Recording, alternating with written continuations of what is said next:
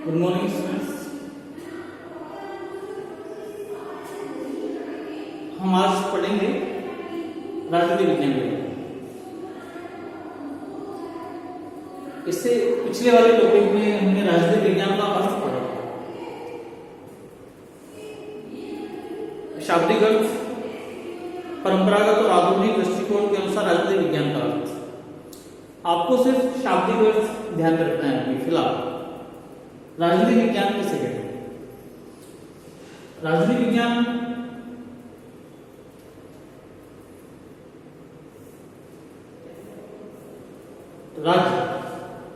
राज्य का अध्ययन करने वाला विज्ञान है। राजनीति विज्ञान शाब्दिक अर्थ में मैंने आपको बताया था, राजनीतिक शब्द अंग्रेजी के शब्द पॉलिटिकल का हिंदी रूपांतरण है। पॉलिटिकल शब्द यूनानी भाषा के शब्द पॉलिस से बना है।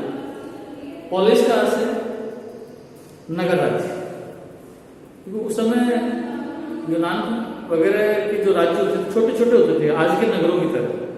तो नगर राज्य, एक मिनट के लिए नगर आप हटा के देखिए आप, तो नजर आएगा राज्य। तो राज्य का अध्ययन करने वाला विज्ञान। अब राज्य होते क्या है ये भी मैंने आपको बताया था। चार चीजें मैंने बताई राज्य के नियम वाली।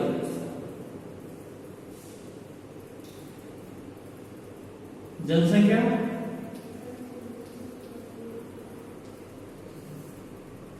भूभाग,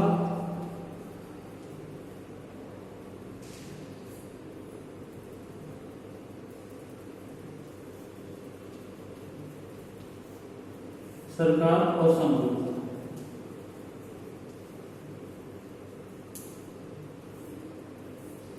संप्रभुता का मतलब है सर्वोच्च शक्ति से। देखिए राज्य आप किसे कहेंगे? परिभाषा के तौर पर समझने से पहले राज्य के चार अनिवार्य अंग होते हैं, ये आपको पता होना चाहिए। राज्य के लिए चार चीजों का होना बहुत जरूरी है: जनसंख्या, भूभाग, सरकार और संप्रभुता। इन बातों को ध्यान में रखकर आप राज्य की परिभाषा को समझने का प्रयास करें। राज्य न्यून या अधिक लोगों का, तो न्यून या अधिक लोगों की जनसंख्या आ गई। राज्य न्यून या अधिक लोगों का एक ऐसा समुदाय है जो स्थायी रूप से किसी भूभाग पर निवास करता हो, जो आंतरिक और बाहरी रूप से पूर्णतः स्वतंत्र हो, सर्वोच्च हो, जिसकी अपनी एक सरकार हो, जिसका आदेशों का पालन जनता स्वभावतः करती है। इस परिभाषा में चार होना चाहिए।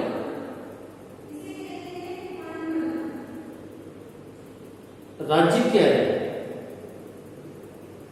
राजनीति विज्ञान की सबसे महत्वपूर्ण विषय वस्तु राज्य है। आप सबसे ज्यादा यहाँ राज्य के बारे में पढ़ेंगे, तो राज्य को जानना आपके लिए जरूरी है। अब राज्य क्या है वापस आप समझें परिभाषा के तौर पर। इन चारों बातों को ध्यान में रखिए।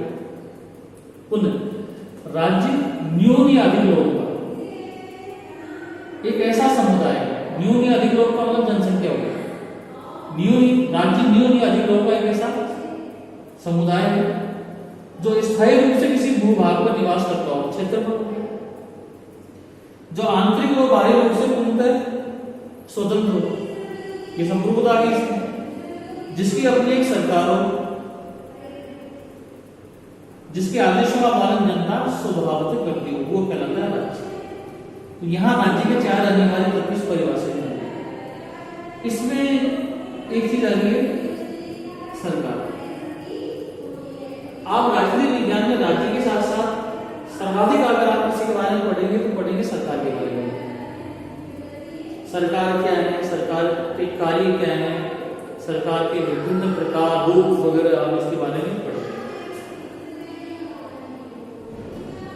तो सबसे पहले तो मैं सरकार के आप मोटे रूप से 3-4 काम आपको बताता हूँ, जिससे आपको ये ध्यान रहे कि हाँ ये काम सरकार करती है, सरकार ये होती है। एक परिभाषा के तौर पर हम पढ़ेंगे। सरकार के कार्य: बाहरी आक्रमणों से नागरिकों की सुरक्षा, सरकारी कर्मी। राज्य में शांति और व्यवस्था की स्थापना। सरकार का जो महत्वपूर्ण काम है, पहला बाहरी आक्रमणों से नागरिकों की सुरक्षा। दूसरा, राज्य में शांति और व्यवस्था की स्थापना। तीसरा काम सरकार का न्याय व्यवस्था का संचालन। और चौथा, राजस्व एकत्रित करना, कर, टैक्स वगैरह। और पांचवा काम है लोक कल्याणकारी काम। इसमें अनेकों कार्य है, शिक्षा, स्वास्थ्य, सफाई, चिकित्सा, रोड, बिजली, पानी, बाग बगीचे, यानी ऐसे वो सभी कार्य जिनका संबंध नागरिकों के कल्याण से है, वो लोक कल्याणी काम, ये काम भी सरकार का। तो आपने सरकारी कार्य पढ़ा। अब सरकार है क्या? आप यहां देख रहे हैं राज्य का एक अंग है। एक्चुअली में राज्य की स्थिति अमूर्त होती है। राज्य एक अमूर्त संस्था है। जैसे मैं एक नाम लिख रहा हूं एक राज्य का, आपका राज्य है कहां? आप यहाँ राजस्थान में लिख सकते हैं। राजस्थान तो एक प्रांत है, इकाई है, क्योंकि राजस्थान के पास संप्रभुता नहीं है। आपका राज्य हो गया भारत है, पाकिस्तान है, चीन है, अमेरिका है, ये ऑस्ट्रेलिया है, ये राज्य है। राज्य अमूर्त संस्था होती है। राज्य का कोई आकार नहीं होता। राज्य के अपने खुद के हाथ, पैर, आंख, नाक, कान नहीं होते हैं। राज्य का काम है अपने नागरिकों का कल्याण करना, तो राज्य कैसे करेगा? उसका तो अपना कोई शरीर ही नहीं। तो ऐसे में राज्य के कार्यों को कौन कर रही है? सरकार तो बाकायदा दिखाई देती है।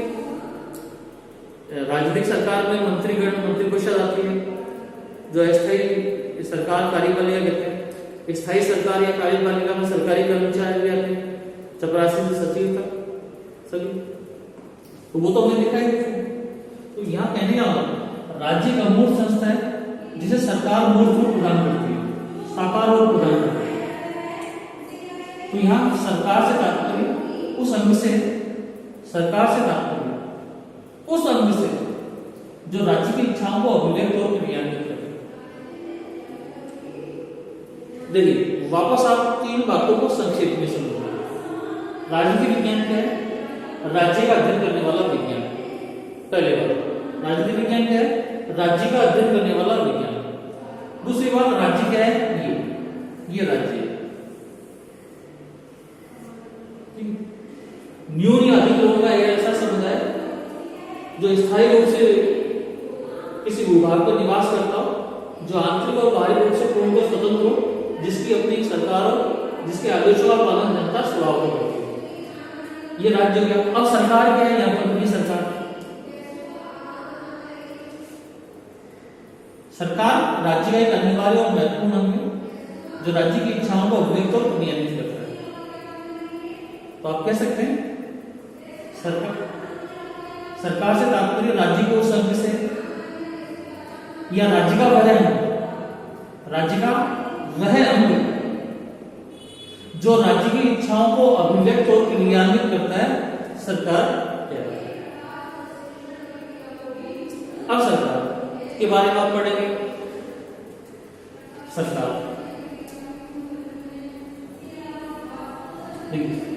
सरकार के कार्य मैंने भी आपको बताए थे मोटे मोटे रूप से 4-5। बाहरी आक्रमणों से सुरक्षा करना, राज्य में शांति व्यवस्था स्थापित करना, न्याय व्यवस्था का संचालन करना, राजस्व एकत्रित करना और लोक कल्याण करना। सरकार के अनेक रूप होते हैं।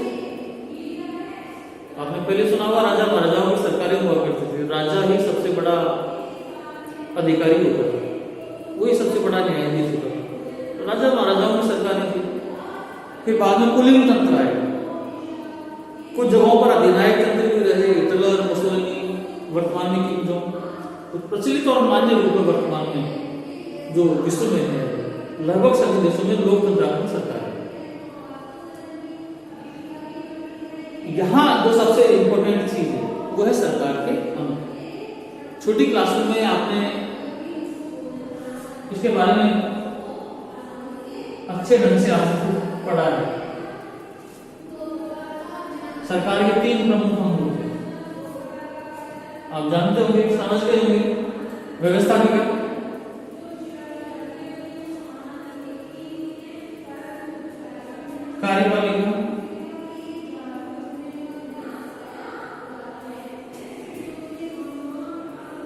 और न्यायपालिका,